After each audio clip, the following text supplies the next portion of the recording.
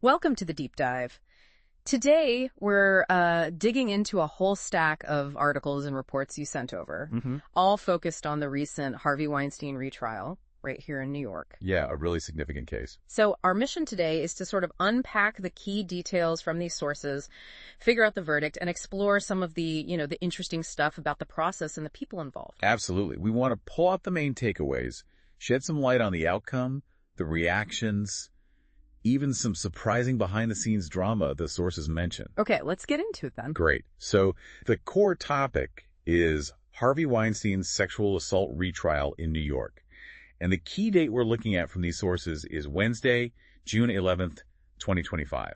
That's when the jury came back with their decision. Right. And it's important to remember, this wasn't the first go-around. No, definitely not. This retrial happened, over a year after his original 2020 conviction here was tossed out? That's right. An appeals court overturned it.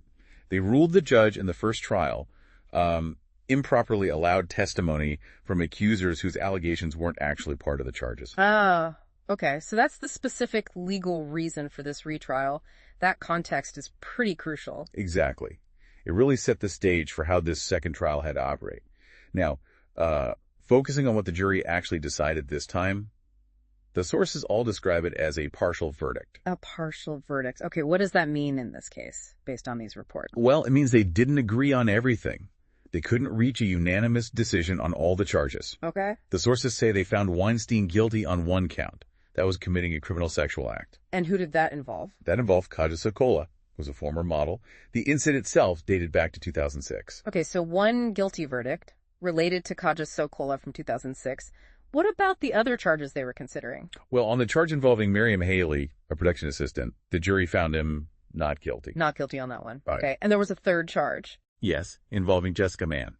That stemmed from an incident in 2013, and it was a rape allegation. On that one, the jury just couldn't reach a verdict. Deadlocked. So a hung jury on the Mann charge. Exactly.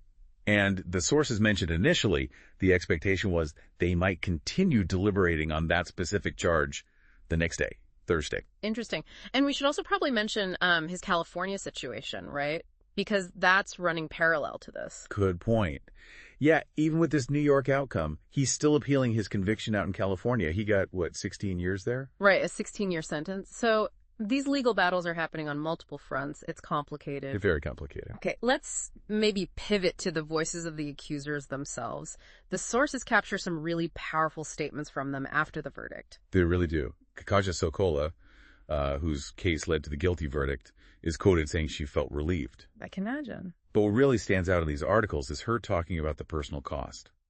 She called testifying the hardest thing she's ever done. Yeah, the report says she talked about, sharing her story, going under oath, reliving the trauma, all at a personal cost. It sounds incredibly difficult. Absolutely.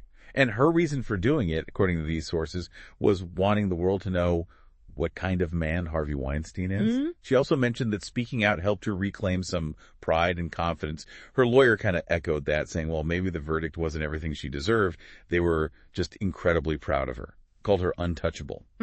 Powerful words. What about Miriam Haley? Her charge resulted in a not guilty verdict. How did the sources describe her reaction? She still expressed gratitude for the jury's verdict.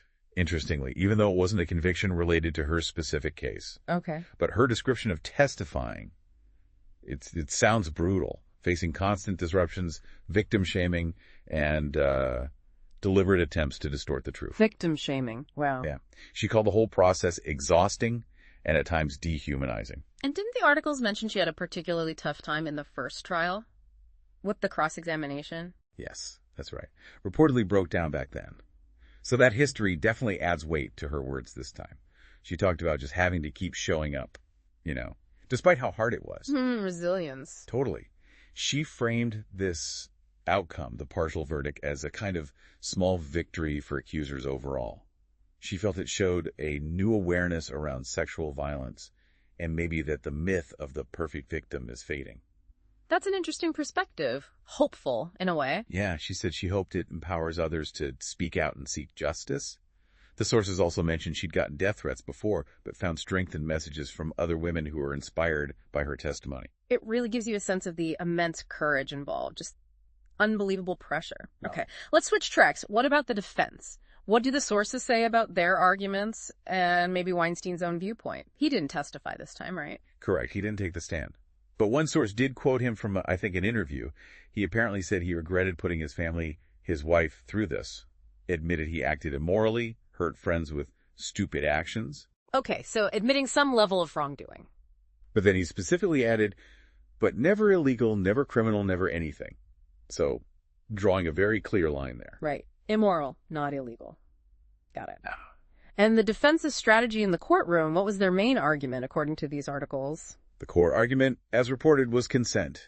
They argued these were all consensual sexual encounters. Consensual? How did they frame that? They tried to paint the accusers as friends with benefits, basically suggesting they willingly engaged in sex in return for potential career help or opportunities. The sources used phrases like Hollywood wannabes and hangers-on, didn't they? Yeah. That was the defense trying to characterize the accusers. Exactly. The narrative they pushed was that these women agreed to it at the time for career advancement, and only years later, with the hashtag #MeToo movement and potential settlements, decided to reframe these encounters as crimes. A familiar defense tactic in these kinds of cases. Yes. And Weinstein's publicist, Judah Engelman, also weighed in, according to the sources, claimed the trial was unfair because of the jury deliberations, suggesting some jurors were biased against Weinstein from the start, using his past against him. Okay, speaking of jury deliberations, this is where the sources get really interesting. They detail some serious drama inside the jury room. Oh, yeah. This part is pretty wild. The reports say the judge actually had to order the jury to take a break. A break? What? Cool down. Apparently, there was shouting and even threats happening during their discussions. Shouting and threats among the jurors themselves. That seems extreme. It really does. The articles mentioned the jury foreman spoke privately with the judge, Justice Curtis Farber, multiple times about all this infighting. Wow. And there are snippets from the court transcript in these sources. Apparently, one juror said to the foreman something like, "Oh, we will see you outside." Whoa, that sounds like a direct threat. It does. And that same juror apparently told the foreman, "They keep attacking me," which prompted the judge to ask the foreman things like, "They are trying to change your mind," and even, "You are concerned for your safety." Asking if he feared for his safety. That's incredible. Yeah. The foreman also described another juror who came back from the bathroom and just glared at him. He gives you this rare, intense snapshot of the pressure cooker that room must have been. So naturally, Weinstein's team jumped on this, right? Did they ask for a mistrial? They absolutely did. His lawyer argued that all this reported conflict, the shouting, the alleged coercion, meant Weinstein couldn't get a fair trial. The lawyer even accused the judge of basically not keeping the jurors safe from each other. And how did the judge respond to that request? Denied it. According to the sources, Justice Farber said the issues he'd heard about were more about juror conduct, like personality clashes, not fundamental problems with how they were considering the evidence. So acknowledging the friction, but saying it didn't cross the line into an unfair process. Pretty much. He also described the foreman not as intimidated, but more as stubborn, suggesting the foreman was holding his ground despite the pressure, not being improperly swayed. Okay. So the judge felt the process, while clearly messy and intense, wasn't legally compromised. Still, that peek inside the jury room is fascinating. It says a lot about the challenges of reaching agreement. It really does, especially in cases like this, so emotionally charged, relying so heavily on testimony. Individual interpretations and biases inevitably come into play. It highlights just how tough that consensus-building process can be. Yeah, definitely.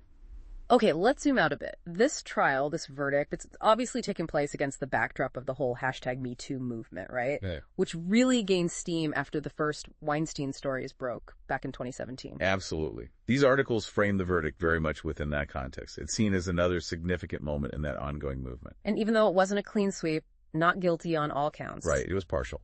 The fact that there's a guilty verdict in New York, especially after the first one got overturned, still feels significant. It means accountability here. Exactly. It's another step, another chapter in this long, complex legal saga that was really ignited by that movement. And what's his current status? Based on these reports, where is he now? The sources state he's currently imprisoned at Rikers Island here in New York. Yeah.